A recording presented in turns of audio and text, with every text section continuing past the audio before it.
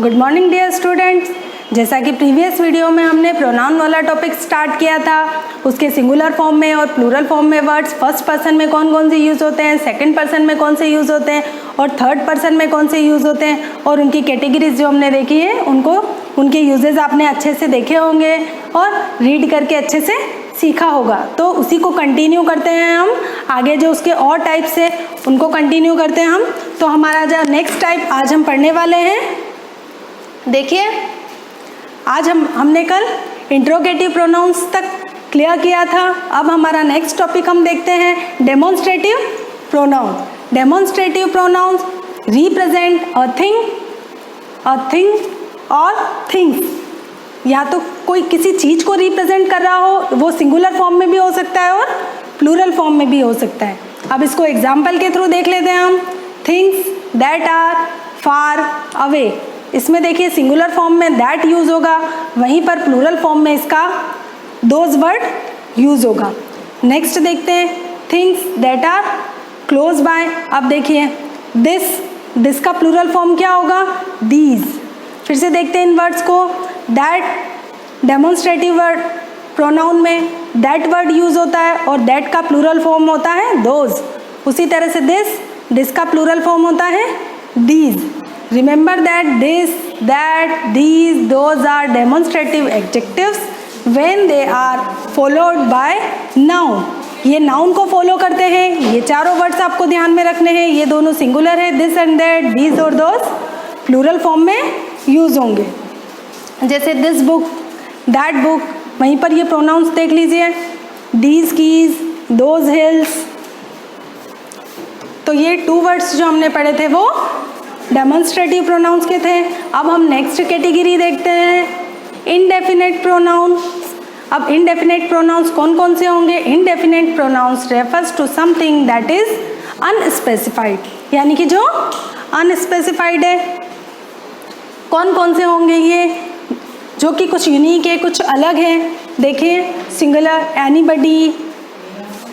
Singular form में कौन कौन से इनडेफिनेट प्रोनाउंस यूज होने वाले हैं वर्ड्स देख लेते हैं हम। सिंगुलर फॉर्म में कौन कौन से यूज होते हैं? Anybody, anyone, anything, each, either, everybody, everyone, neither, nobody, no one, nothing, one, somebody, someone, something.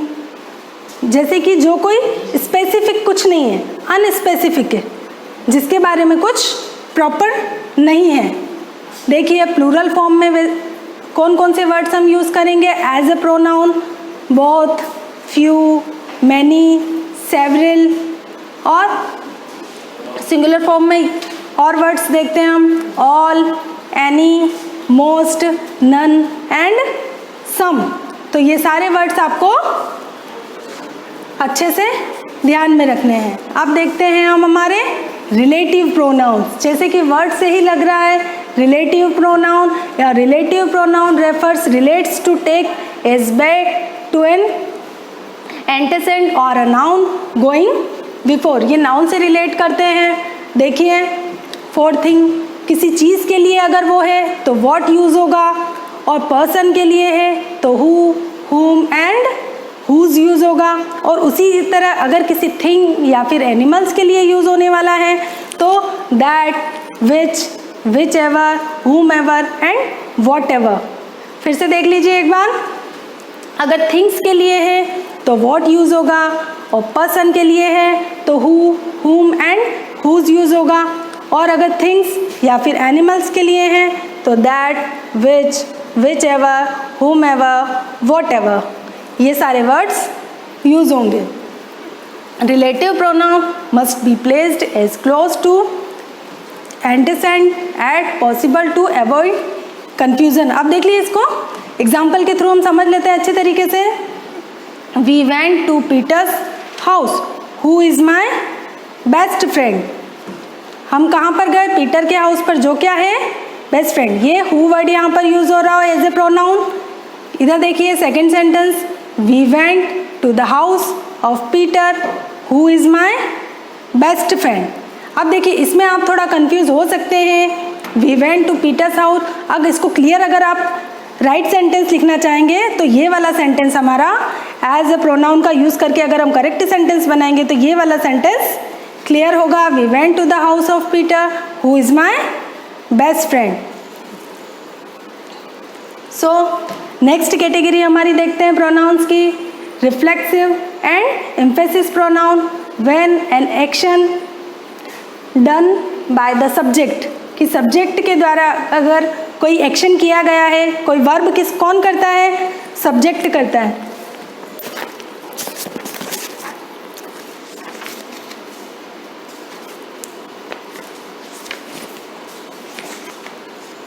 When an object done by the subject turns back upon the subject, the pronoun we use to show this is called a reflex।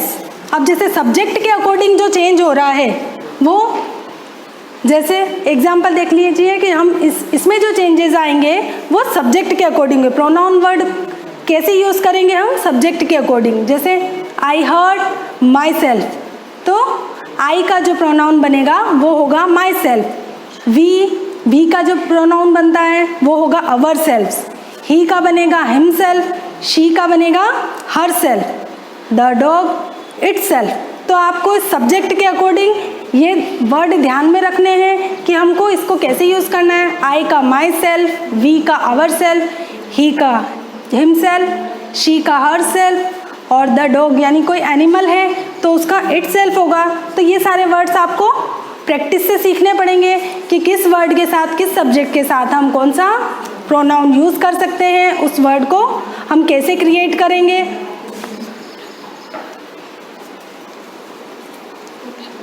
Next है हमारा when और रिलैक्सिव।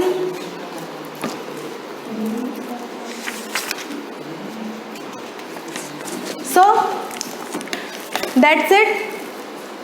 ये हमारा pronoun वाला topic clear हो गया है। सारे वर्ड्स को आप अच्छे से देखिए, इनकी टेबल बनाइए और इनको सिंगुलर और प्लूरल फॉर्म में हम कैसे यूज़ करेंगे उसको आपको एक टेबल बना के प्रैक्टिस करनी है। Thank you.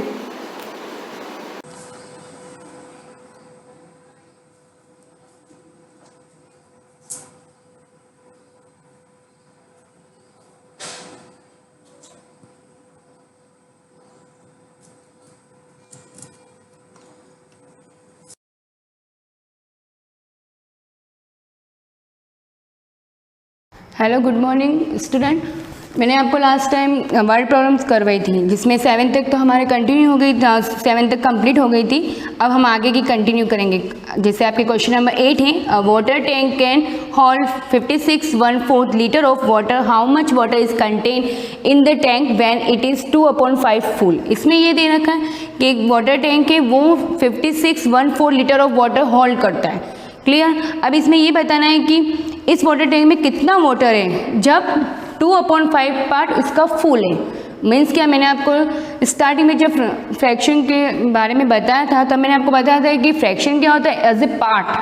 मतलब कोई भी जैसे होल नंबर होता है तो उसका जैसे 1, मैंने आपको बताया था होल नंबर 1, तो उसका एज ए पूरा पार्ट होता है। जैसे हाफ पार्ट, 3/4, देन 2/3 पार्ट, इस टाइप से इनके पार्ट होते, पार्टीशन होता है। ठीक है, 1/4 इस टाइप से मैंने आपको बताया था। तो इसमें भी जैसे ये दे रखा है, जैसे एक टैंक है तो उसका 2/5 पार्ट अगर फुल है तो इसका मीन उस वाटर टैंक में कितना लीटर वाटर है, ये सिर्फ पार्ट दे रखा है। ये नहीं दे रखा है कि इतने इसमें वाटर कितना है। अब आपको बताना है कि इसमें 2 लीटर वाटर आ रहा है कि इसमें 3 लीटर वाटर फुल है, मतलब 2/5 कितना हो रहा है, किसका, टोटल का। अभी हमारे पास टोटल क्या है, 1 नहीं है। अभी हमारे पास टोटल है 56 1/4, मतलब उसकी मतलब उसकी कैपेसिटी कितनी है वाटर होल्ड करने की टैंक की, 56 1/4। इसी टाइप से आपको इसमें 2/5 पार्ट उसका फाइंड करना है। जैसे हम किसी क्लास के स्टूडेंट का हाफ पार्ट फाइंड करते हैं, जैसे 50 स्टूडेंट है, ये भी मैंने आपको बता दिया था कि 50 स्टूडेंट है जैसे हमारी क्लास में, तो क्या हो जाएगा, जैसे हाफ पार्ट गर्ल्स है, ठीक है, तो हाफ पार्ट हम कैसे फाइंड करेंगे, 50 का हाफ पार्ट फाइंड करेंगे तो कितनी हो जाएगी, 25 गर्ल्स हो जाएगी। तो इस टाइप से इसका भी हमें क्या करना है, 56 1/4 का 2/5 पार्ट फाइंड करना है। तो वो क्या आ जाएगा, उसकी वैल्यू आ जाएगी कि कितना लीटर वाटर उसमें कंटेंट है। देखना है, लेट्स से क्वेश्चन नंबर 8। जैसे वाटर टैंक लिखना आपको, मैंने आपको कल ही बताया था कि आपको लैंग्वेज प्रॉपर लिखनी है। Water tank can hold water 56 1/4 litre. Clear. अब इसमें व्हेन इट फुल, कितना पार्ट फुल है? 2/, इसका 2/5 पार्ट फुल है। तब आपको ये बताया 2/5 कितना हो रहा है, तो क्या हो जाएगा? Will be multiply, part find करें तो मल्टीप्लाई होना है, ठीक है। तो इंटू 2/5 इसको मल्टीप्लाई में शो कर दिया। नेक्स्ट अब क्या करेंगे हम, इसको मिक्स में है तो इम्प्रॉपर में कन्वर्ट कर देंगे। तो ये हो जाएगा मल्टीप्लाई कर दो, 4 का 6 से मल्टीप्लाई करेंगे 24 और 24 4 2 कैरी 20 224 और 224 में 1 प्लस करेंगे तो ये आ जाएगा आपके 225/4 into 2/5 as it is. Clear. अब क्या हो जाएगा, जो कट रहा है उसको काट दो, 2 और 4 सेम टेबल से, 2 के टेबल से। क्लियर। अब 5 के टेबल से 225 कट रहा है, 5 के टेबल में 225 ऑब्वियस आएगा बिकॉज लास्ट में 5 है, तो ये हो जाएगा 4 टाइम और 5, तो क्या हो जाएगा 45/2। क्लियर। अब 45/2 है, अब 45/2 इसका मीन आपको मिक्स फ्रैक्शन में कि इसमें ये मिक्स फ्रैक्शन में दे रखा है कि 56 1/4 पार्ट है ना, तो ये 45/2 इसको अगर आप डिवाइड करोगे 2 के टेबल से तो क्या हो जाएगा 22 और 1/2 लीटर। इसका मीन उस टैंक में 2/5 पार्ट कितना हो गया 22.5 लीटर, मतलब वाटर उसमें क्या फुल है। तो आप नीचे लाइन लिख देना कि so water tank contain water equals to 22.5 litre. Answer. Clear. Next question आपका देखना, find the perimeter of the rectangle field whose length are 16.5 and 12.75 metre. इसमें आपको ये बताना है कि आपको रेक्टेंगल फील्ड है उसकी लेंथ और ब्रीथ दोनों दे रखी। We know that very well कि इसमें लेंथ और ब्रीथ दोनों होती है, ठीक है। रेक्टेंगल में रेक्टेंगल शेप है, मतलब एक फील्ड है उसको, वो रेक्टेंगल शेप का बना हुआ है, उसका आपको पेरीमीटर फाइंड करना है। पेरीमीटर का फॉर्मूला आपके क्या हो जाएगा 2l+b, 2 इंटू ब्रैकेट में, मतलब ब्रैकेट कर देना, वही इंटू शो नहीं करना, मतलब मल्टीप्लाई साइन यूज़ नहीं करना, तो 2 ब्रैकेट में l+b, तो क्या हो जाएगा 2l+b। वैल्यू आपको पुट ऑन करनी है लेंथ और ब्रीथ की। क्लियर। फिर क्या हो जाएगा, ब्रैकेट सॉल्व करके उसको आपको 2 से मल्टीप्लाई करना है। तो ये क्वेश्चन आपको 9th वाला आपका होमवर्क है। क्लियर। यस। क्वेश्चन नंबर 10 देखना, find the area of the rectangle park which is 36 3/5 metre long and 16 2/3 metre broad. ये अब इसमें एरिया फाइंड करना है आपको, किसका, पार्क का। अब ये भी रेक्टेंगल शेप का ही है, तब इसका फॉर्मूला मैंने आपको बताया था, क्या होता है L × B, length into breadth, ठीक है। तो इसको भी आपको मल्टीप्लाई करना है, ये भी same as it question same है, इसमें से आपको मल्टीप्लाई करना है क्योंकि हमें आगे डिवाइड आ रहा है, तो मैं आपको डिवाइड वाला बता दूँ, ठीक है। अब 11th क्वेश्चन देखना, the cost of 10 kg of rice is 62.5, what is the cost of 1 kg of rice. अब देखो यहाँ तक हमने जो 10 क्वेश्चन तक किए थे ना, उसमें सब मल्टीप्लाई थे, उसमें एक भी डिवाइड नहीं आया था, बट अब आगे के जो भी हैं वो डिवाइड भी है, मिक्स मल्टीप्लाई भी है, मतलब मिक्स भी है, ठीक है। तो अब क्वेश्चन नंबर 11 है, 10 kg की राइस आपको दे रही, मतलब 10 kg की राइस दे रही कि 62.5, तो what is the cost of 1 kg। 1 kg मैंने आपको बताया था लास्ट क्लास में कि जब भी आपको 1 का फाइंड करना हो, ज़्यादा का दे रखा हो, तो उसमें आपको डिवाइड ही करना है, ठीक है। अब डिवाइड कैसे करना है इसका, एक तो नॉर्मल नंबर होते तो हम डिवाइड फॉर्म करके करते हैं, बट जब फ्रैक्शन में आपको डिवाइड करना है तो कैसे करेंगे वो देखना। Let's see question number 11th।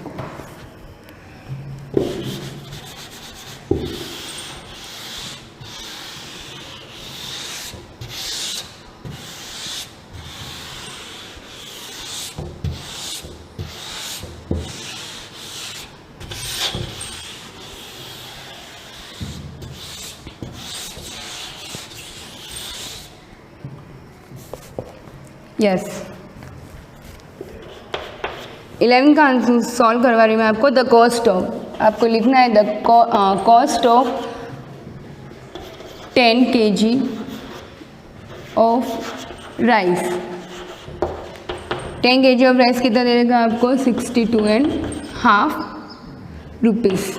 ठीक है, आपको कॉस्ट दे रही है 62.5 रुपीज़। अब इसमें आपको 1 kg फाइंड करनी है, तो so cost of 1 kg of rice.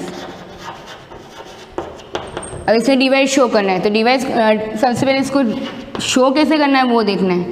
62.5 divided by 10, इस टाइप से आपको इसको लिखना है। अब ये डिवाइड सोल्व करना है अपॉन 1। बताया था मैंने आपको कि कोई भी होल नंबर हो अगर डिनोमिनेटर नहीं हो तो उसमें आपको नीचे 1 शो करना है। अब ये है, अब ये मिक्स में है तो इसको क्या करेंगे हम इम्प्रॉपर में कन्वर्ट कर देंगे। तो ये हो जाएगा आपके ये हो जाएगा 124 में हम क्या करेंगे 1 प्लस करेंगे, तो ये हो जाएगा 125। ठीक है, अपॉन 2 डिवाइडेड 10 अपॉन 1। अब डिवाइड है तो इसको हम किस में कन्वर्ट कर देंगे, मल्टीप्लाई में कर देंगे। तो 125 अपॉन 2 इंटू 1/10।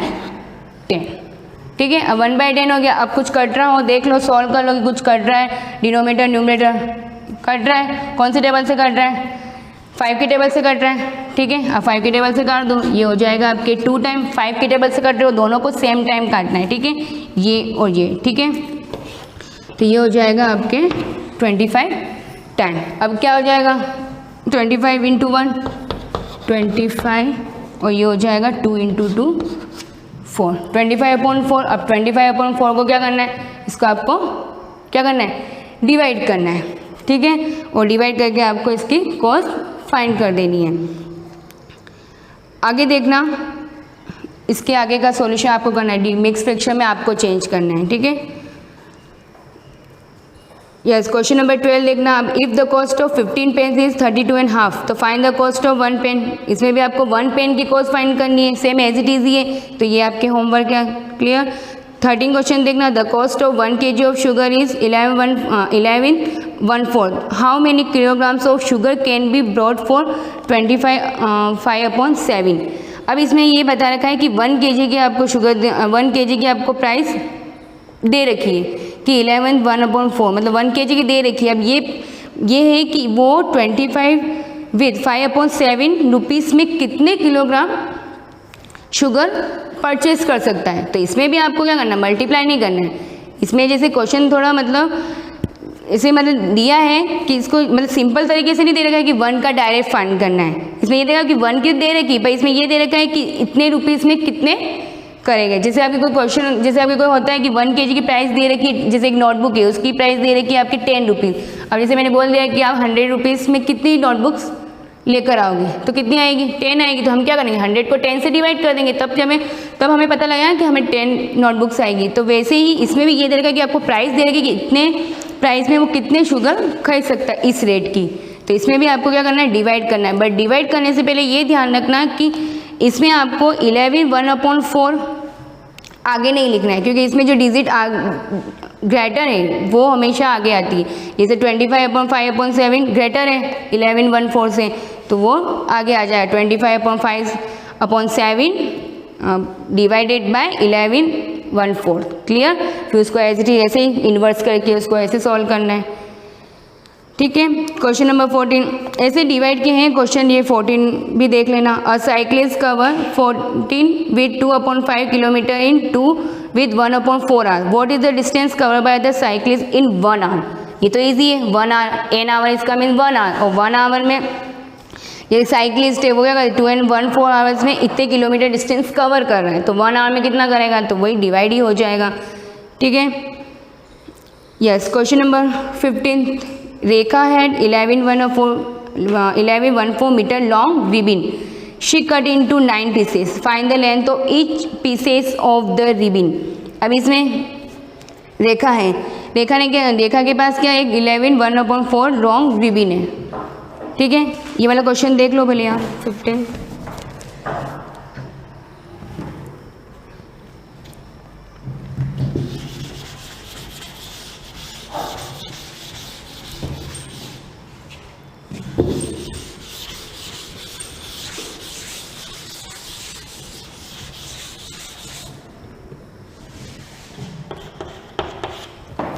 ये क्वेश्चन 15 ठीक है। शी हैड, इसमें भी आपको डिवाइड ही करना है बिकॉज इसमें 9 पीसेस कर रखे, तो इसमें ये बताना है कि 1 पीस की लेंथ कितनी हो रही है, टोटल रिबन इतना दे रखा है तो 9 पीसेस इक्वली कर रखे हैं, तो 1 पीस की आपको फाइंड करें तो डिवाइड ही होगा। तो she had ribbon equals to 1114 metre. Clear. अब इसमें 9 पीसेस है तो क्या हो जाएगा, डिवाइड हो जाएगा, तो डायरेक्ट लिख देना सो लेंथ ऑफ 1 पीस या अ पीस कुछ भी लिखो आप, ठीक है। 1 पीस, अब इसको डिवाइड करना है तो 11/4 डिवाइडेड बाय 9, ठीक है। अब इसको वही सॉल्व करना है आपको, 45/9, 4 को 11 से मल्टीप्लाई किया 44, 44 को 1 प्लस किया 45/4 डिवाइडेड बाय 9/1। देन इसको क्या कर देंगे, रिवर्स अपोज कर देंगे, डिवाइड के बाद वाली डिजिट ही रिवर्स होगी, ये वाली नहीं होगी। /4 × 1/9 और 9 के टेबल से 45 कट रहे हैं, डायरेक्ट 9 के टेबल से भी काट सकते हो आप, ठीक है। तो ये हो जाएगा आपके 5, तो ये हो जाएगा 5/4 और 5/4 को अगर आप मिक्स में चेंज करोगे तो ये आंसर आ जाएगा 114 मीटर। इसका मीन्स क्या हो गया कि एक रिबिन की जो लेंथ है वो 1/4 मीटर की है। क्लियर। अब जो आगे के क्वेश्चन हैं जो 16 से और रिमेनिंग क्वेश्चन है वो मैं आपको नेक्स्ट क्लास में कंटिन्यू करवा दूंगी, थोड़ा डिफरेंट है, ठीक है। Thank you.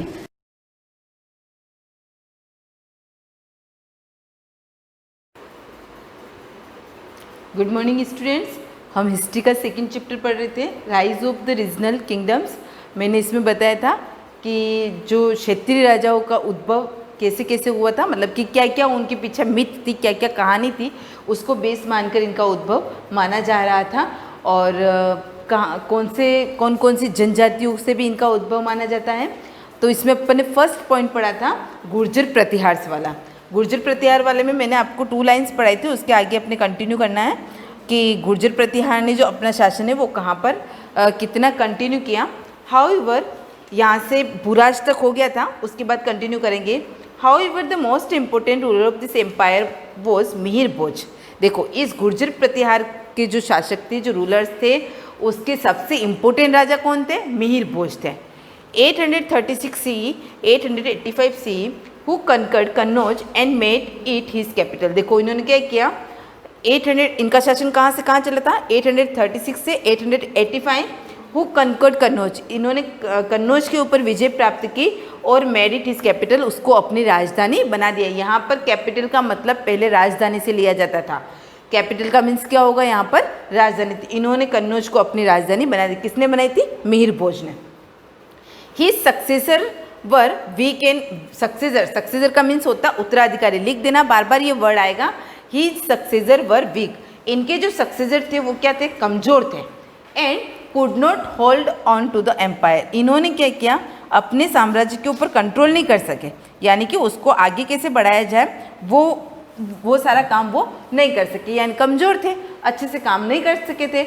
इवेंचुअली इन 1018, तो अंततः 1018 Mohammad of Ghazni defeated the ruling Pratiharas king at the time, bringing an end the glory of Kannauj. तो क्या हुआ, 1018 मोहम्मद ऑफ गजनी ने इनके राजा महाराजा जो गुर्जर प्रतिहार वंश के थे उनको क्या कर दिया था, हरा दिया था। और bringing an end the glory of Kannauj, Kannauj की जो ग्लोरी थी, कन्नौज की जो चमक थी, कन्नौज की जो कह सकते था बहुत ग्लोरी थी, उसको क्या किया उन लोगों ने वहाँ पर ख़त्म कर दिया। किसने ख़त्म किया था, मोहम्मद ऑफ गजनी, क्योंकि यहाँ पर इनसे हार गए थे। क्यों हार गए थे, क्योंकि उनके जो वंशज थे, मिहिर भोज के जो सक्सेसर थे, जो उत्तराधिकारी थे, वो कमज़ोर थे और अपने शासन को उन्होंने होल्ड का मतलब अच्छे से उन्होंने कंट्रोल नहीं किया, उसको संभाल के नहीं रखा। इस कारण से दूसरे राजा महाराजाओं ने उनके ऊपर आक्रमण किया, वो युद्ध में हार गए थे और यहाँ पर कन्नौज की ग्लोरी का क्या हो जाता है, एंड हो जाता है। अब जो नया वंशज आता है वो आते हैं पाल।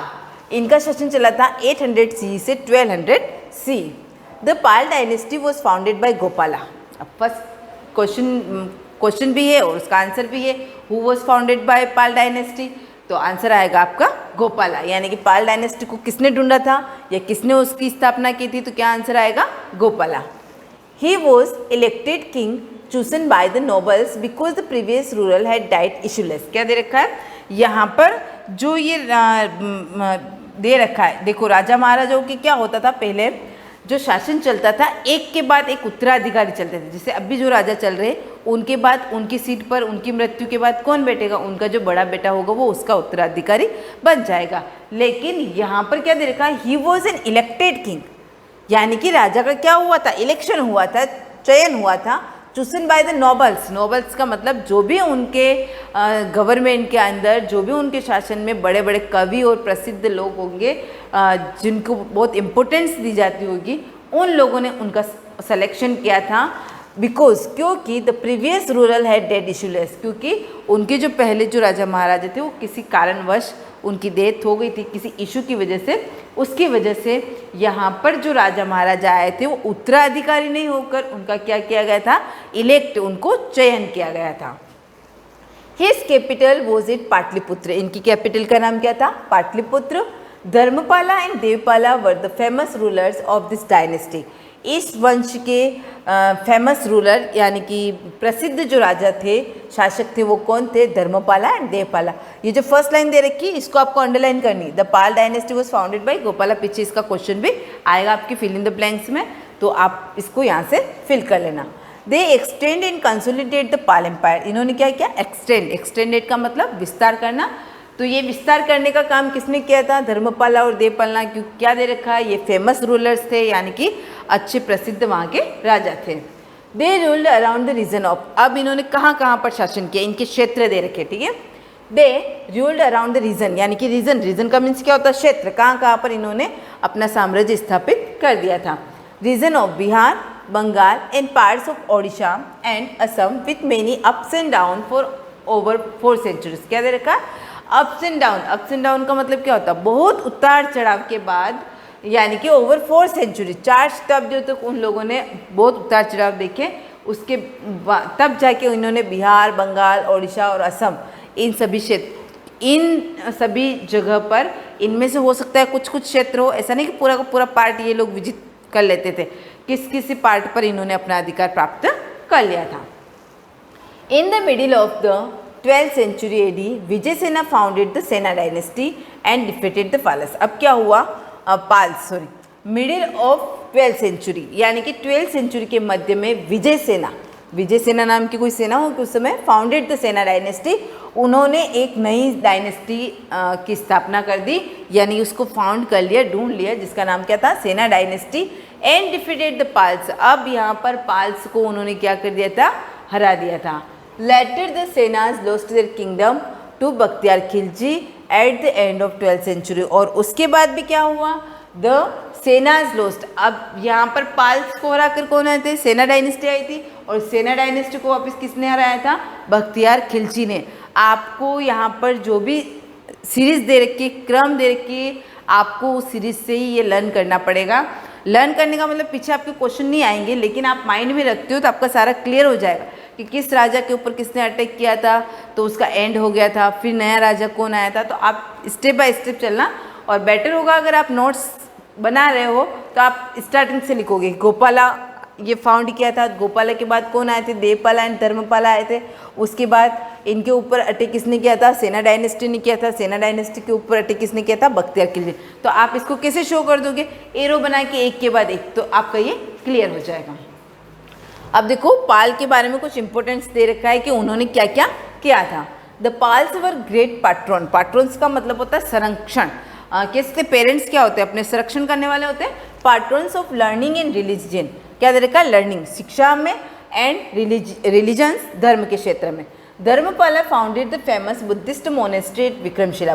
धर्मपाला जो राजा था उसने मोनेस्ट्री विक्रमशिला, पहले कॉलेज जो होते हैं उनको मोनेस्ट्री कहा जाता है, और वो पर्टिकुलर किसकी थी, बुद्धिस्ट की थी। Nalanda and Vikramshila universities become important centre for higher learning. उसके अलावा नालंदा और विक्रमशिला, ये आपने नाम भी सुना होगा, ये हायर लर्निंग, उच्च शिक्षा प्राप्त करने की दो बहुत बड़ी यूनिवर्सिटीज़ थी। In addition, during the Pal region, the fame of Nalanda University spread all over the world. क्या दे रखा है? पाल रीजन, जब पाल वंश का शासन चलता था उस समय नालंदा यूनिवर्सिटी पूरे वर्ल्ड में क्या हो गई थी? फेमस हो गई, और अभी भी फेमस है, अभी भी उसको जानते हैं, उसको अभी भी इम्पोर्टेंस दी जाती है। तो अपना फर्स्ट क्या हुआ था? गुर्जर प्रतिहार हुआ था, सेकंड हुआ पाल। अब एक छोटा सा आता है चौहान्स, ठीक है। The Chauhans also known as Chamans. क्या कहा गया? चौहान्स को क्या कहा जाता है? चामन्स भी कहा जाता है, अंडरलाइन कर लेना।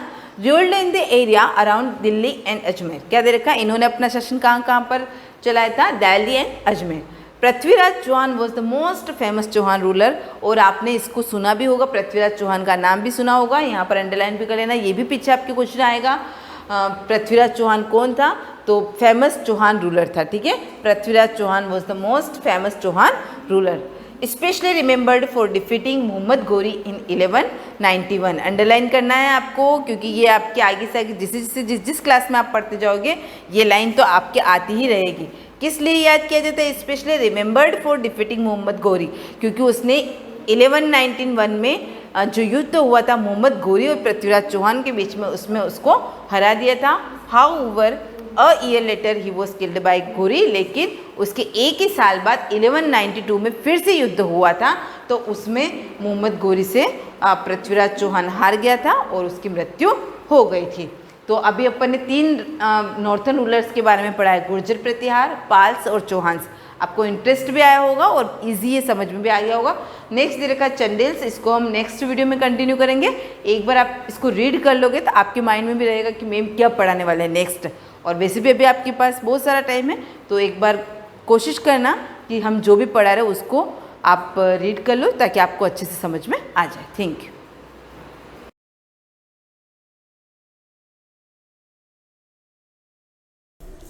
Good morning class 7th part 6 को मैं आज ग्रीन बोर्ड पे कंटिन्यू कर रही हूँ आपको, क्योंकि इस क्लास पे यहाँ पे बोर्ड पे इसलिए बना रही हूँ ताकि जो बच्चे नए हैं या जो पुराने भी हैं तो उनको एक बार रिवाइज करवा दूँ कि नोट्स बनाने का तरीका कैसा होता है। मैं रोज़ कहती हूँ कि आप नोट्स बनाइए, तो अगर आपको समझ में नहीं आ रहा है कि नोट्स कैसे बनाते हैं, तो ये टॉपिक है जो बहुत इंपॉर्टेंट था, तो इसलिए मैंने इसको ग्रीन बोर्ड पर बनाया ताकि आप नोट्स प्रिपेयर करना भी सीख जाए कि नोट्स को कैसे बनाया जा सकता है। पार्ट 6 को पढ़ाऊंगी मैं आज। पार्ट 5 तक हमने कंटिन्यू किया था, जिसमें कैक्टस को लास्ट पढ़ा था कि कैक्टस के ऊपर स्पाइन्स क्यों लगे होते हैं। उसके बाद लेंगे कि 2 एक्टिविटी दे रखी है, उसको मैं और पढ़ा दूंगी, आप पढ़ने की कोशिश करना। लेकिन यहाँ पे हेटेरोट्रॉपिक न्यूट्रिशन इन प्लांट्स, ये टॉपिक है पेज नंबर 8 पे।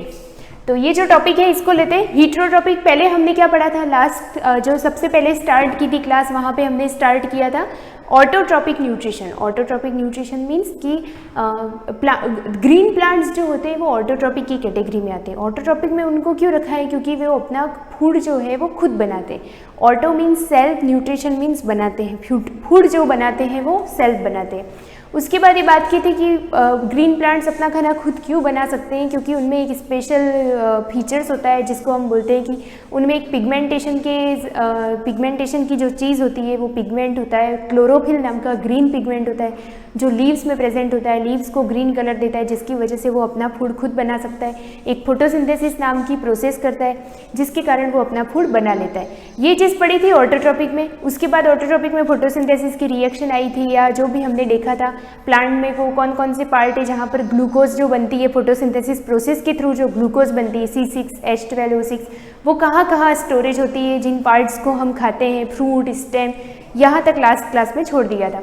अब मैं नेक्स्ट टॉपिक लूँगी आपका हेटेरोट्रॉपिक न्यूट्रिशन। ये बहुत ही शॉर्ट तरीका है, आपका जो बुक में दे रखा है वो थोड़ा सा डिटेल में दे रखा है, लैंग्वेज वाइज दे रखा है। अगर आपको उसको नोट्स में प्रिपेयर करना है तो आप इस तरह से नोट्स बनाओगे, जैसे heterotrophic nutrition. Hetero means others, hetero का मीनिंग होता है अदर्स, यानी दूसरों पे डिपेंड रहने वाला, जो अपना फूड खुद नहीं बना सकता।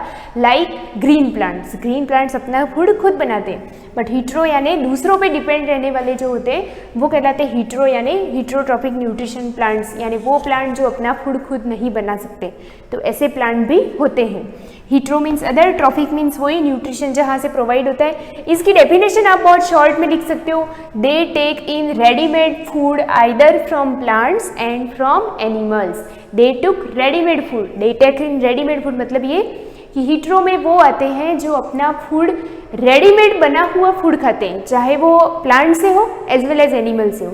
यानी प्लांट से मतलब ये कि प्लांट से बने हुए फूड जैसे ग्लूकोज हो गया, उसका फ्रूट हो गया, उसका स्टेम, उसकी ब्रांचेज, उसकी लीव्स, कोई एनिमल अगर खा रहा है, एज वेल एज कोई प्लांट किसी अदर प्लांट की बॉडी पे डिपेंड है। मतलब ये कि एक प्लांट खुद एबल नहीं है कि वो अपना फूड खुद बना सके और उसी से उसका जो न्यूट्रिशन लेवल है वो अमाउंट फुलफिल हो सके, तो वो दूसरे प्लांट पे एक ही प्लांट, क्योंकि हम इस चैप्टर में क्या पढ़ रहे हैं, प्लांट के बारे में, तो हीटरोट्रॉपिक न्यूट्रिशन भी किसके लिए पढ़ रहे हैं हम, प्लांट के लिए।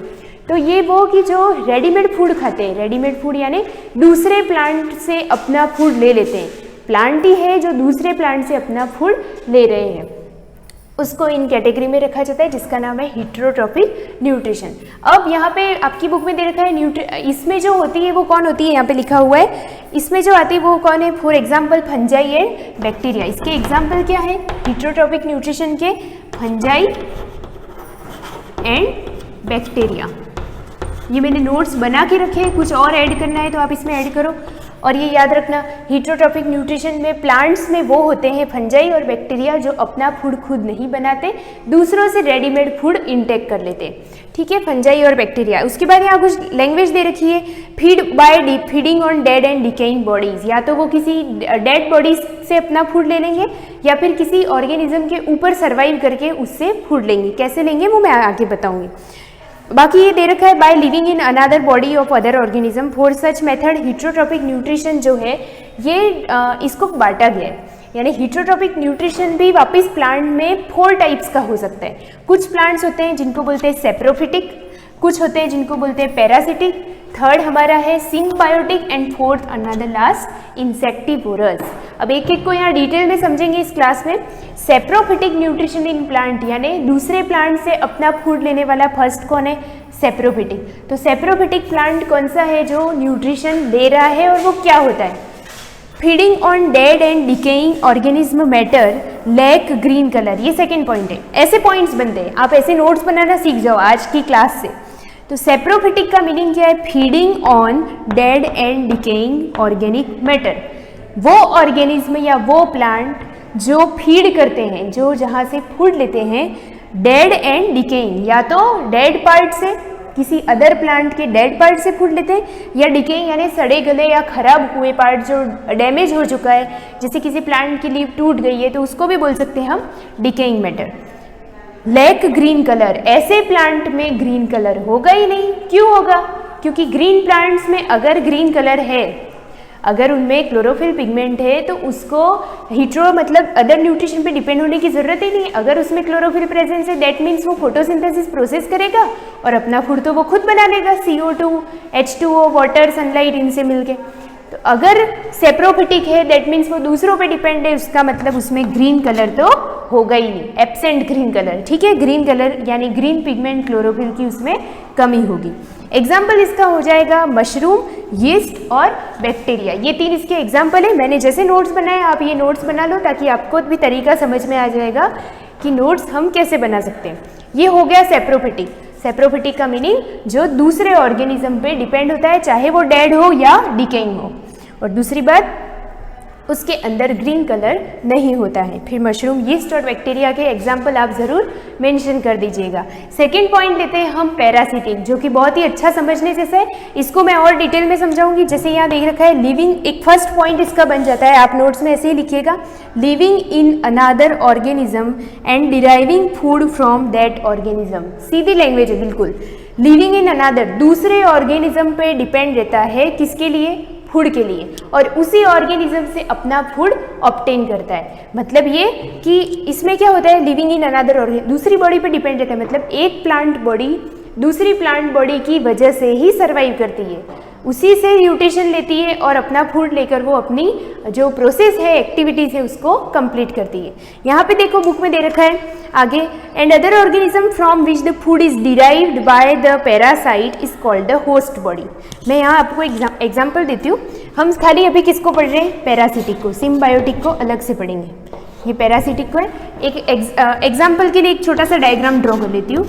ये कोई एक ऑर्गेनिज्म है, एक ऑर्गेनिज्म, ठीक है, ये इसकी सेल्स है। एपिडर्मिस समझते हो? एपिडर्मिस का मतलब है सेल के बाहर की आउटर मोस्ट लेयर, सेल को कवरिंग करने वाली बाहर से जो लेयर होती है सबसे आउटर मोस्ट, उसको बोलते हैं एपिडर्मिस। ये हो गई एपिडर्मिस। ये एक बॉडी है, ठीक है, ये एक पैरासाइट बॉडी है, पैरासिटिक बॉडी। आप समझ लो कि ये वो बॉडी है जो अपना खाना खुद नहीं बनाती, दूसरे ऑर्गेनिज्म की बॉडी पर चिपक कर या दूसरी बॉडी के ऊपर स्टिक करके वहां से अपना फूड लेती है, ठीक है। ये फर्स्ट बॉडी हो गई जो अपना फूड नहीं बना रही है, इसीलिए इसको पैरासिटिक बॉडी बोल देंगे। एक दूसरा है, यहां पे दूसरा बना देते हैं,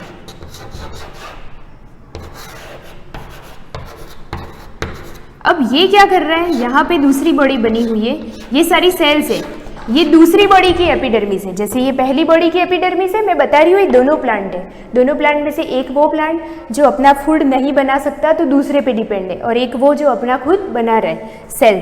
अब ये क्या करता है, ये पैरासिटिक है क्योंकि ये अपना फूड नहीं बना रहा है, तो ये क्या करता है, मैं एग्जाम्पल के लिए आपके लिए रफ डायग्राम बना रही हूँ, आप समझने के लिए इसको समझो कि इसने क्या किया, यहाँ से एक कुछ चीज़ निकाली, ऐसा स्ट्रक्चर निकाला अपनी एपिडर्मिस में से जो जाके इसके एपिडर्मिस को ब्रेक कर रहा है, इसकी एपिडर्मिस से कुछ निकल रहा है और वो निकल के इसकी एपिडर्मिस में जा रहा है। क्यों जा रहा है? आपको लग रहा होगा ये क्या पाइप सिस्टम बन गया?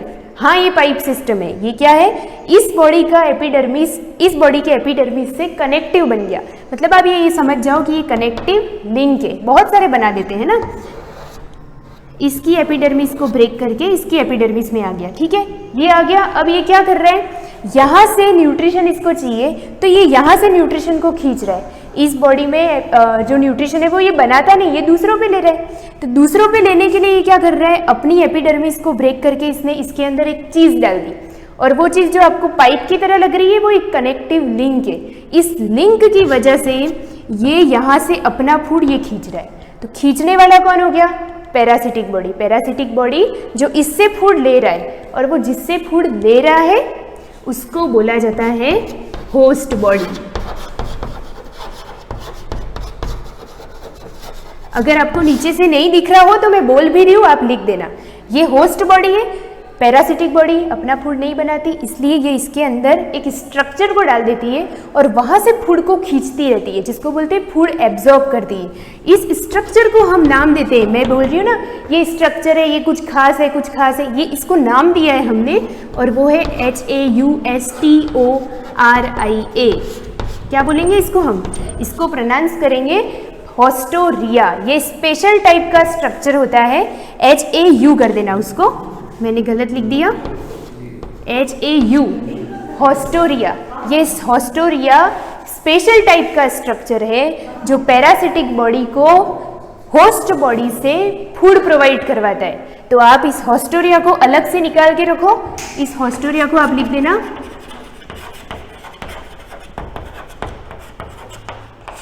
Food absorbing structure.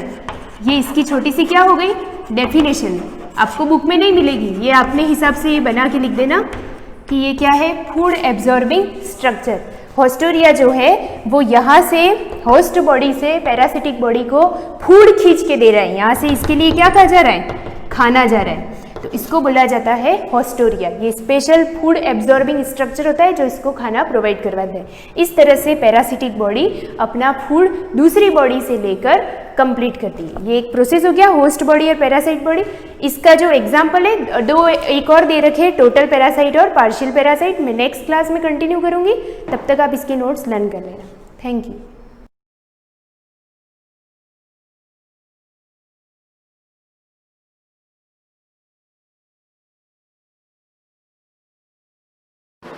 Good morning everyone.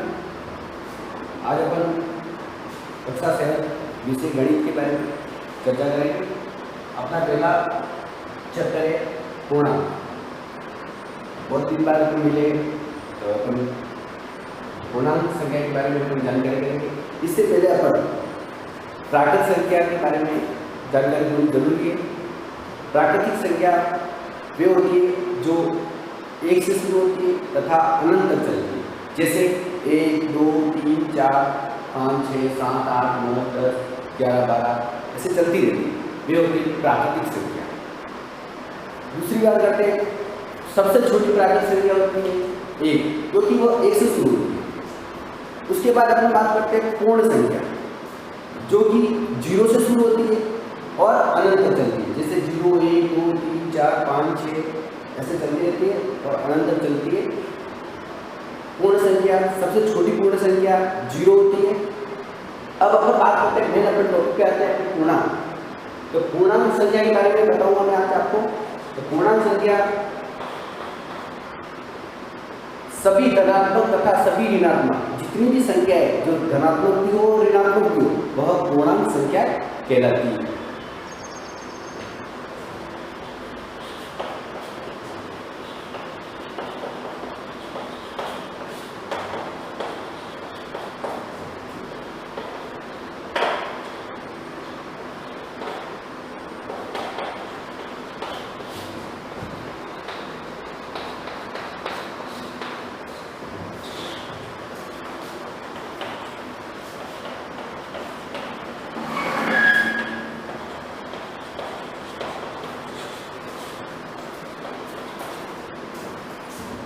सभी धनात्मक तथा ऋणात्मक संख्याएं पूर्णांक संख्या कहलाती है। जैसे माइनस की तरफ से भी अनंत चलती है और प्लस की तरफ भी अनंत चलती है, जैसे -5, -4, -3, -2, -1, 0, 1, 2, 3, 4, 5, 6, 7, 8, 9, 10 इधर भी अनंत चलती है।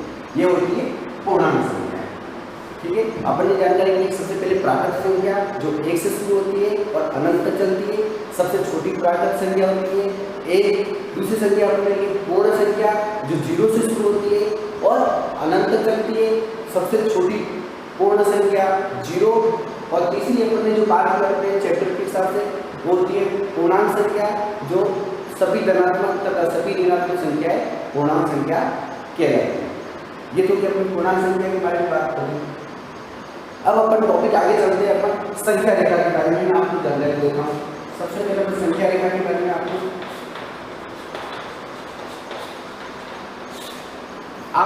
6 क्लास में संख्या रेखा के बारे में जानकारी ली थी मेरे से, और अभी मैं वापस संख्या रेखा के बारे में आपको पूरी जानकारी बता रहा हूँ।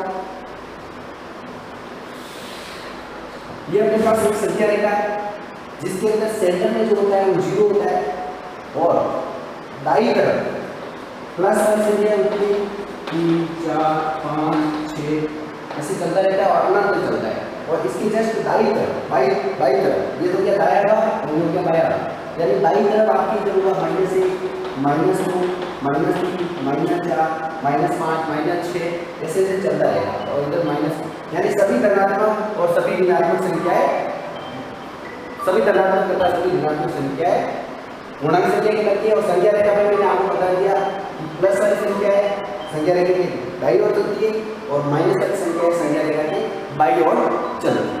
ये होगी अपनी संख्या रेखा पे बातचीत। अब आगे चलते हैं अपन टॉपिक पे आते हैं। नेक्स्ट टॉपिक है अपना योज्य प्रतिलोम। नेक्स्ट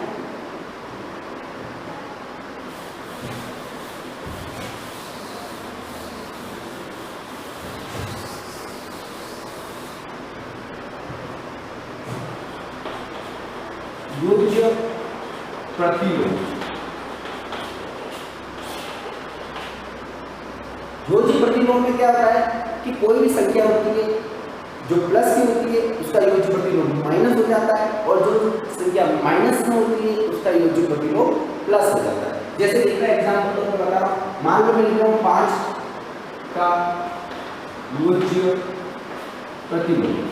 अब 5 आपको क्या दिखेंगे, प्लस में नजर आएगा 5, तो इसका योज्य प्रतिलोम क्या हो जाएगा -5,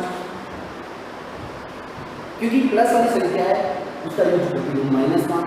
अब सपोज मैंने लिखते हैं यहाँ पे -3, अगर -3 का मैं योज्य प्रतिलोम करूँ, -3 का योज्य प्रतिलोम तो क्या हो जाएगा +3 हो जाएगा, +3 होगा, क्योंकि 5 का योज्य प्रतिलोम -5 है और -3 का योज्य प्रतिलोम +3। ठीक है, जैसे प्लस वाली संख्या माइनस में हो जाएगी और माइनस वाली संख्या प्लस में हो जाएगी। ठीक है, जैसे ही अपन आगे बढ़ते हैं, ये तो क्या आपकी बात योज्य प्रतिलोम। आगे अपन बात करते हैं सवाल नंबर पहला प्रश्नावली 1.1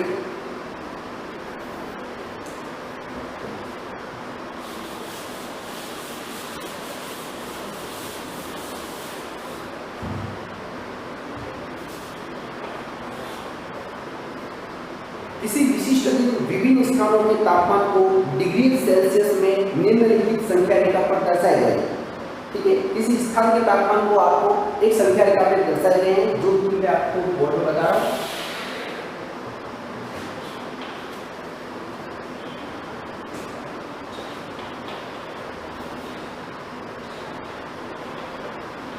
लाहौर प्लस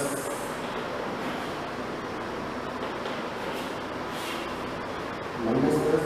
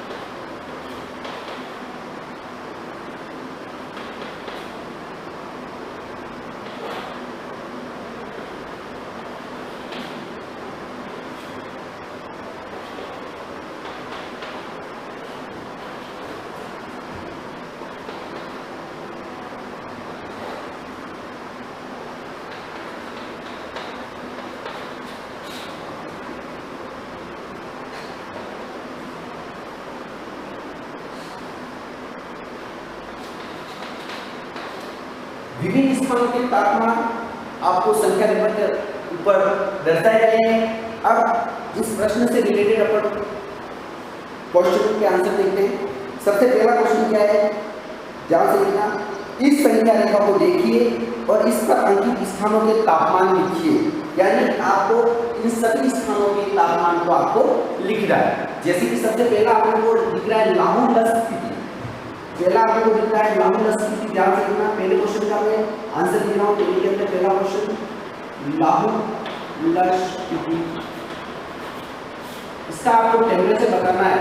तो टेम्परेचर मैंने आपको सबसे पहले बताया था संख्या रेखा पे कि 0 के दाईं ओर जो चलता है वो प्लस में चलते हैं और 0 के बाईं ओर जो चलता है वो माइनस में चलते हैं। तो जैसा कि आपको दिख रहा है लाहौर स्थिति जो कि माइनस से तापमान दिख रहा है, और ये हो गया -1, -2, -3, -4, -5, -6, -7, -8। ये क्या तापमान आ रहा है? -8 डिग्री। इसका तापमान -8 डिग्री आ रहा है, 8 डिग्री सेल्सियस लाहौर स्थिति। उसी प्रकार आप दूसरी बात करते हैं। दूसरा आपको नजर आ रहा है श्रीनगर। क्या नजर आ रहा है? श्रीनगर। श्रीनगर का जो तापमान है वो ध्यान से देखना, आपको 0 के बाद 1 और 2, ये -1 और -2, तो आपको यहाँ पे श्रीनगर का तापमान जो लिखना है -2 डिग्री सेल्सियस। फिर आप बात करते हैं अपन शिमला। शिमला के अंदर देखना, शिमला के अंदर सबसे पहले अपन आगे चलते हैं। ये प्लस के 5 है तो 5 डिग्री सेल्सियस ये शिमला का हो गया। उसके बाद आ रहा ऊटी। ऊटी का बात करते हैं अपन। ऊटी का जो तापमान है वो आपको दिख रहा है 15 डिग्री सेल्सियस प्लस के अंदर, ये 15 डिग्री सेल्सियस। उसके बाद लास्ट में आ रहा है आपको बेंगलोर। बेंगलोर के अंदर आपको दिखता है इधर प्लस में चलता है कि 20 हो गया, 21 और 22 डिग्री, ये आपका 22 डिग्री हो गया, 22 डिग्री सेल्सियस। ये अपन पहले क्वेश्चन के अंदर पहला प्रश्न अपन ने हल किया है। बाकी अपन नेक्स्ट क्लास नेक्स्ट वीडियो। धन्यवाद।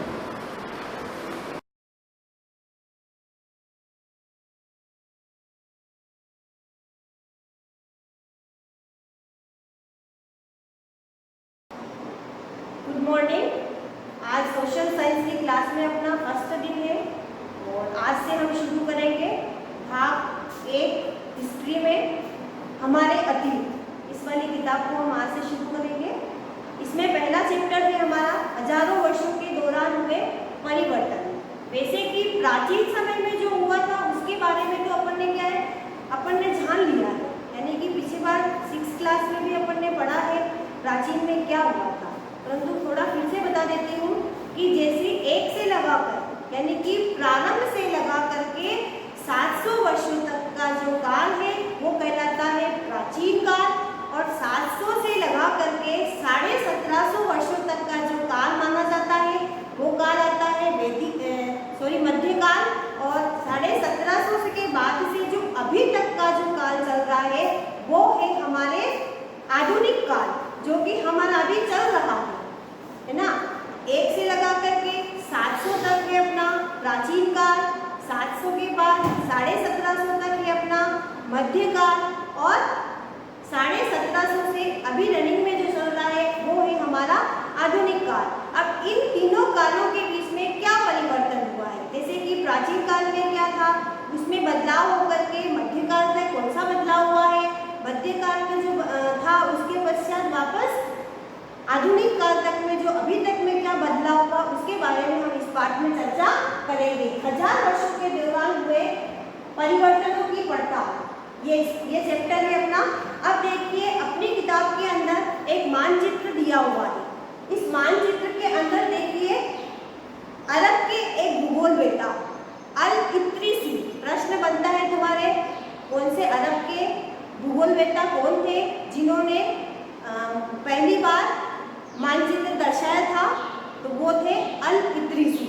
अब देखिए उन्होंने 1154 के अंदर नक्शा बनाया था, 1154 के अंदर उन्होंने फर्स्ट बार जो नक्शा बनाया था वो क्या है कि हम अभी के जो नक्शे को देखते हैं, यानी कि अभी वर्तमान के जो अपना भारत का नक्शा है उसको अपन देखते हैं, तो उसमें क्या है कि उसका जो भाग है उसको अपन उत्तरी भाग में ढूंढते हैं, उसका जो दक्षिणी भाग का जो हिस्सा है उसको हम किस पे ढूंढते हैं, उत्तरी भाग के अंदर ढूंढते हैं। जैसे देखिए इसके अंदर ये श्रीलंका यहाँ पे है, अभी अपने जो वर्तमान में जो है नक्शे के अंदर उसमें श्रीलंका कहाँ आता है, नीचे आता है दक्षिण में, और इसमें देखने पर हमको ये यहाँ पे लगता है, तो ये इसमें डिफरेंट है। इसी के अनुसार भारतीय उपमहाद्वीप को ये नक्शा दर्शाता है। इसी के उपरांत मानचित्र 2 में देखिए इसके जस्ट पीछे एक मानचित्र और है, वो फ्रांसीसी मानचित्रकार ने बनाया था। मानचित्रकार का मतलब होता है नक्शा बनाने वाला, जो नक्शे का निर्माण करता है वो मानचित्रकार कहलाता है। प्रश्न बनता है मानचित्रकार किसे कहते हैं, जो नक्शे का निर्माण करता है वो मानचित्रकार कहलाता है। अब देखिए फ्रांसीसी का जो था वो विलाम द लिस्ले, ये आप नोट कर लेना, विलाम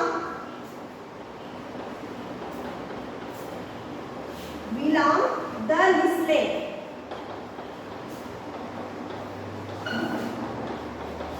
ये फ्रांसीसी भूगोलवेत्ता थे। इन्होंने इस दूसरे मानचित्र का निर्माण किया था। देखिए इन दोनों के अंदर पहले वाला जो मानचित्र था वो 1154 में बना था, और दूसरे वाला इन्होंने जो बनाया था वो बनाया था 1720 के अंदर, यानी कि ये वाला फर्स्ट वाला मानचित्र जो बना वो 12वीं सदी में बना था, और ये सेकेंड वाला जो बना है वो 1720 में, ये बना है अपने 18वीं सदी में। अब इन दोनों मानचित्रों के अंदर भी कितना अंतर है, लगभग 600 वर्षों का अंतर इन दोनों मानचित्रों के मध्य है। ये भी प्रश्न बनता है, प्रथम नक्शा बना था 12वीं सदी में, दूसरा बना था 18वीं सदी में, कितना अंतर पड़ता है, 600 वर्षों का अंतर पड़ता है। इस कालावधि में उपमहाद्वीप के बारे में काफी बदल गई है, नक्शा भी हमको ज्यादा परिचित लगा है। सेकेंड वाला जो नक्शा है वो अभी के नक्शे में हमको परिचित लगता है। देखिए इसके अंतर्गत ये वापस ये भाग जो है श्रीलंका का जो भाग है वो कहाँ आ गया है, वापस नीचे आ गया है, वापस दक्षिण के हिस्से में ही दिखाई दे रहा था। और पहले वाले में क्या था, ये भाग जो था हमको ऊपर नजर आ रहा। इसी प्रकार से उसमें विशेषकर तटीय इलाकों के बारीक ब्यौरे देखकर आश्चर्य होता है। यूरोप के नाविक, यानी कि इस नक्शे के माध्यम से यूरोप के नाविक एवं व्यापारी लोग जो थे वो यहाँ पर व्यापार करने के लिए यात्रा करते थे, वो अपना कीमती सामान भी इसी हिसाब से ले जाया करते थे, इसका इस्तेमाल करते थे। फिर आता है अपने, जैसे कि ये तो भूगोलवेत्ता के हिसाब से भौगोलिकता में परिवर्तन हुआ है। अब जैसे शब्दावली के अंदर भी अंतर आता है। विभिन्न प्रकार की शब्दावलियाँ हैं जो भी, है ना, उसमें भी अंतर आता है, वापस परिवर्तन हुआ है। जैसे कि भाषा अर्थों के साथ क्या होता है, ऐतिहासिक अभिलेख कई तरह की भाषाओं में मिलते हैं। ये भाषाएं भी समय समय के साथ बहुत बदलती रहती है। जैसे कि उदाहरण के तौर पर मध्य युग का फारसी आधुनिक फारसी भाषा से भिन्न होता है।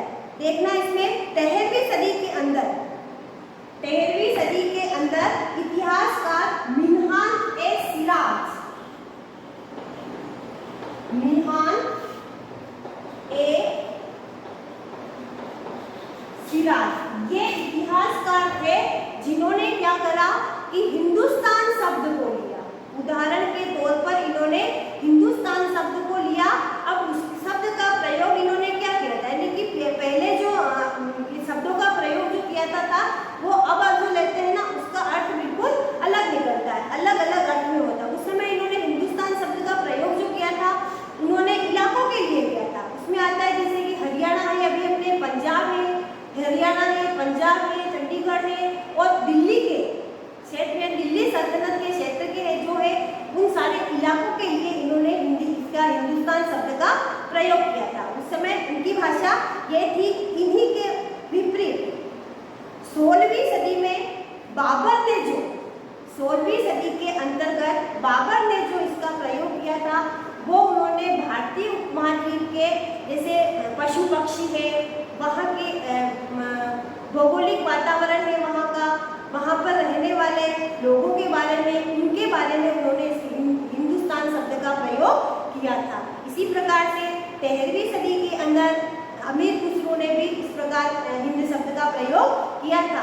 तो इन्होंने भूगोलवेत्ताओं के साथ साथ इतिहासकारों ने शब्दों में भी परिवर्तन किया है। यानी कि अब अपन इनके बारे में मैं कुछ 2 या 3 आपको प्रश्न देती हूँ, उनको आज आपको अपनी नोटबुक के अंदर पढ़ना है। पहला प्रश्न बनता है अपना, मानचित्रकार किसे कहते हैं?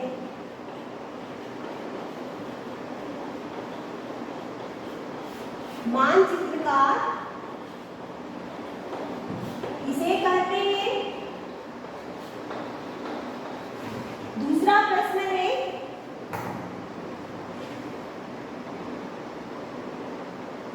मानचित्र नंबर 1 किस भूगोलवेत्ता ने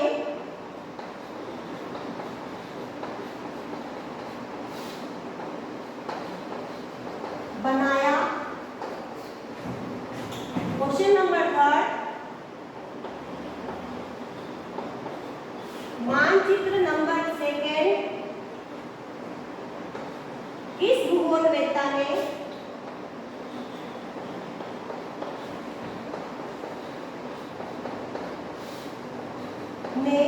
वह कब बनाया था? ये 3 प्रश्न मैंने आपको दिए हैं, उनके आंसर आपको ढूंढने हैं। फिर से अपनी किताब को पढ़ना है, पाठ पढ़ना है, उसके पश्चात उनके आंसर अपनी नोटबुक के अंदर लिखना है। वापस ये किसी न किसी माध्यम से हम वापस देखेंगे। ठीक है।